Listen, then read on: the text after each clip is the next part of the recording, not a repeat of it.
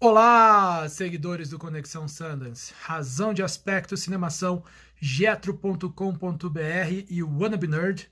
Vamos agora falar do segundo filme do quinto dia do Festival de Sundance, que é um filme da mostra da competição, né, dramática aqui dos filmes dos Estados Unidos, chamado The Evening Hour, e que é um drama. O filme se passa numa cidadezinha do interior do Kentucky, onde o nosso protagonista, o Cole, trabalha como enfermeiro, né, numa casa de idosos, né, mas ao mesmo tempo ele tem um negócio paralelo de vender oxicodona, né, famoso oxy, para várias pessoas na cidade. E com isso ele tem um acordo com o traficante da cidade, porque ele só vende o oxy que ele desvia da casa de repouso. Ele só vende o oxy para pessoas que realmente precisam, né? Pessoas muito doentes e tal, pessoas que não conseguem ter acesso ao remédio. Então, na verdade, ele se acha um cara bonzinho, né? Ele acha que ele está fazendo bem enquanto faz uma grana. Mas tudo muda quando um amigo de infância dele e ex-colega de ensino médio, de high school, chega na cidade e resolve mexer com os negócios deles, tentar lucrar em cima daquele território do qual o Cole cuidava, e isso acaba fazendo com que o traficante da cidade se irrite, e isso leva então a uma sequência de eventos trágicos, né, e dramáticos. Apesar dessa aparência de Breaking Bad, né, o filme ele é realmente muito mais dramático do que de ação. Ele tem pouca ação, né, a gente só vai ter ação de verdade no final, né? Toda a primeira hora do filme, os primeiros 70 minutos do filme são muito mais de construção dos personagens, de drama psicológico, de mostrar a realidade, né, da cidade pequena nos Estados Unidos, sofrendo com desemprego e sofrendo com a epidemia de opioides e de metanfetamina, né, e desse tipo de drogas, né, como isso tem afetado a vida na cidade pequena dos Estados Unidos. Nesse ponto, o filme é realmente bastante eficiente.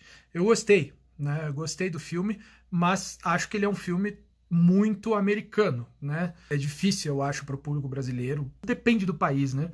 Mas é difícil ter empatia, né? Porque nós vivemos e conhecemos lugares onde tem muito mais pobreza, muito mais miséria e muito mais violência do que aquela que nós vemos ali, né?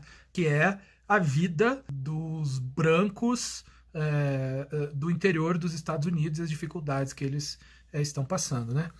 Mas, assim, quem veio de onde a gente vem, né, sabe que a pobreza aqui nos Estados Unidos não chega nem perto do que a gente conhece como pobreza, e há outros lugares no mundo em que a nossa pobreza pode se passar por riqueza. Então, às vezes é um pouco difícil ser empático. Mas como fã de cinema, eu tenho que dizer que o drama desse filme é muito bem construído, né? É muito bem construído, ele tem um bom roteiro, tem uma boa progressão, né? E é um filme também um pouco contemplativo, mas nesse caso eu acho que ele é muito mais melancólico, né?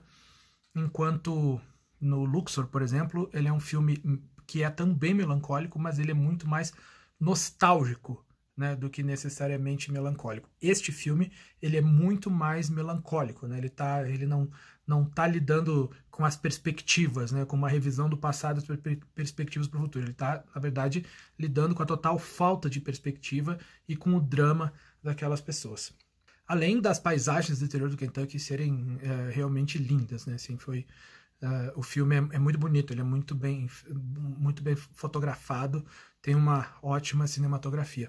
E foi interessante também porque muita gente da cidadezinha onde o filme foi gravado veio aqui para a sessão, que foi a estreia mundial do filme aqui, né? Então teve bastante engajamento do público durante a sessão, e isso foi muito legal. Eu, pelo menos, curti.